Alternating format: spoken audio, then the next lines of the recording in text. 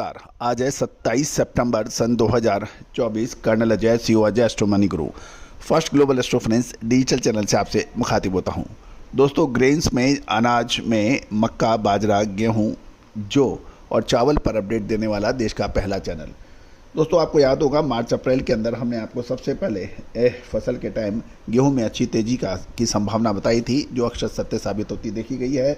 और गेहूं के दाम 2900 से 3000 रुपये तक की विभिन्न मंडियों में देखे जा रहे हैं। जानिए ओपन मार्केट सेल स्कीम की पॉसिबिलिटी और पब्लिक डिस्ट्रीब्यूशन सिस्टम के अंदर गेहूं का सरकारी आवंटन, कुछ महत्वपूर्ण खबरें जो आपके लिए फ़ायदेमंद हो सकती है। दोस्तों, ये तो तय है कि अक्टूबर-नवंबर महीना गेहूं के लिए एक महत्वपूर्ण रोल अदा कर सकता है। एक तरफ गेहूं की आटे और गेहूं की बढ़ती मांग, भावों के अंदर लगातार धीरे धीरे वृद्धि, ओपन मार्केट सेल स्कीम और पब्लिक डिस्ट्रीब्यूशन सिस्टम में गेहूं की अतिरिक्त क्वांटिटी, ये कुछ महत्वपूर्ण बिंदु हैं। इसके ऊपर हम प्रकाश डालने का प्रयास करेंगे। साथ साथ यदि आप गेहूं के मिलर्स हैं, आटा मिलों के मालिक हैं या स्टॉकिस्ट हैं, तो हमारी विशेष रिसर्च रिपोर्ट के लिए भी आप संपर्क कर सकते हैं, जो सहयोग राशि अदा करने पर उपलब्ध होगी। दोस्तों, खबर निकल के आ रही है कि सरकारी ओपन मार्केट सेल स्कीम की योजना में अभी तक अनिश्चितता बनी हुई है, जिससे कि गेहूं की कीमतें स्टेबल टू पॉजिटिव नज़र आ रही हैं। कल गुरुवार को प्रमुख केंद्रों पर गेहूं की कीमतें स्थिर रही और खरीदार की चल रही मांग और रिपोर्ट के समर्थन मिलने के समाचार हैं। सरकार नज़दीक भविष्य में ओपन मार्केट सेल स्कीम पर अब एक प्रश्न चिन्ह लग रहा है। दोस्तों, फ्लोर मिल्स की एक्टिव खरीदारी के कारण विक्रेताओं ने मौजूदा दरों पर अपना स्टॉक छोड़ने में कोई खास रुचि नहीं दिखाई है, और जिसके कारण पिछले 2 सप्ताह में गेहूं की कीमतों में लगभग 150 रुपये प्रति क्विंटल की वृद्धि हो गई है। सरकार ने हाल ही में ही सार्वजनिक वितरण प्रणाली यानी पीडीएस पब्लिक डिस्ट्रीब्यूशन सिस्टम में गेहूं के आवंटन को 3.5 मिलियन टन बढ़ाकर 21.7 मिलियन टन कर दिया है।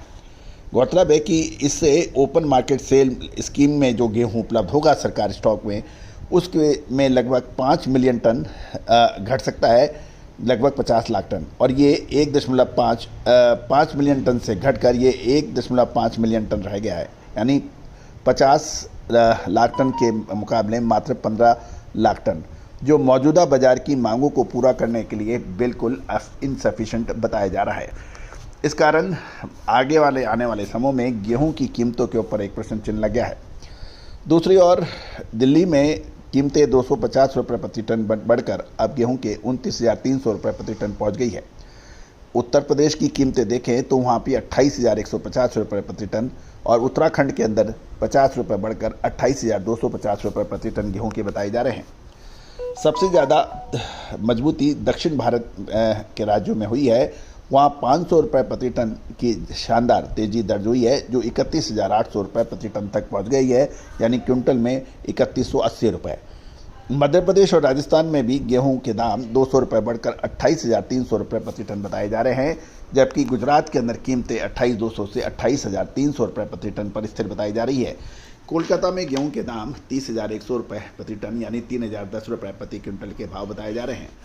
दोस्तों, दूसरी ओर बांग्लादेश की मजबूत मांग के कारण चौकर की कीमतें भी मजबूत बताई जा रही है, और उत्तरी भारत में 22,500 रुपये प्रति टन के दाम पर कारोबार होने के समाचार मिल रहे हैं। गौरतलब है कि फिजिकल सप्लाई पहले से ही डिस्टर्ब होने और निकट भविष्य में ओपन मार्केट सेल स्कीम की संभावनाएं पर एक प्रश्न चिन्ह लगने के कारण छोटी अवधि में गेहूं की कीमतें स्थिर की संभावना नजर आ रही है। दोस्तों, अक्टूबर-नवंबर महीना महत्वपूर्ण साबित होगा। एक तरफ फेस्टिवल सीजन, दूसरा भावों पर नियंत्रण, महंगाई दर पर नियंत्रण, तीसरा महत्वपूर्ण राज्य हरियाणा और महाराष्ट्र के अंदर इलेक्शन। ये सब एक चुनौतीपूर्ण काम है कि मुद्रास्फीति को काबू रखना, भाव को काबू रखना। और ये तो तय है कि भारत आटा, भारत दाल, भारत चावल और प्याज जैसी महत्वपूर्ण कमोडिटीज़ की, एसेंशियल कमोडिटीज़ की सरकारी तौर पर उपभोक्ताओं को सीधे उपलब्ध कराना, ये कुछ ऐसे महत्वपूर्ण बिंदु हैं जिसके ऊपर नज़र रखना उचित रहेगा।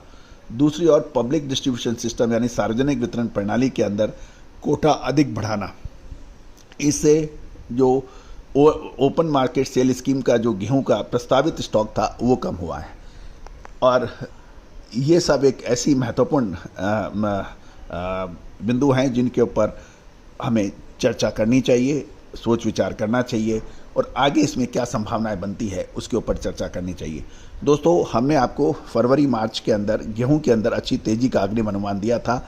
मक्का, बाजरा और जो हमारे पेड क्लाइंट्स रहे हैं या हैं वो इस चीज़ को मानते हैं, देखते हैं और हमने आपको अपने चैनल पे भी कहा था। अब एक निर्णायक मोड़ आ गया है कि हमें इसमें क्या करना चाहिए, क्या तेज़ी और बन सकती है या अब आएगी गिरावट।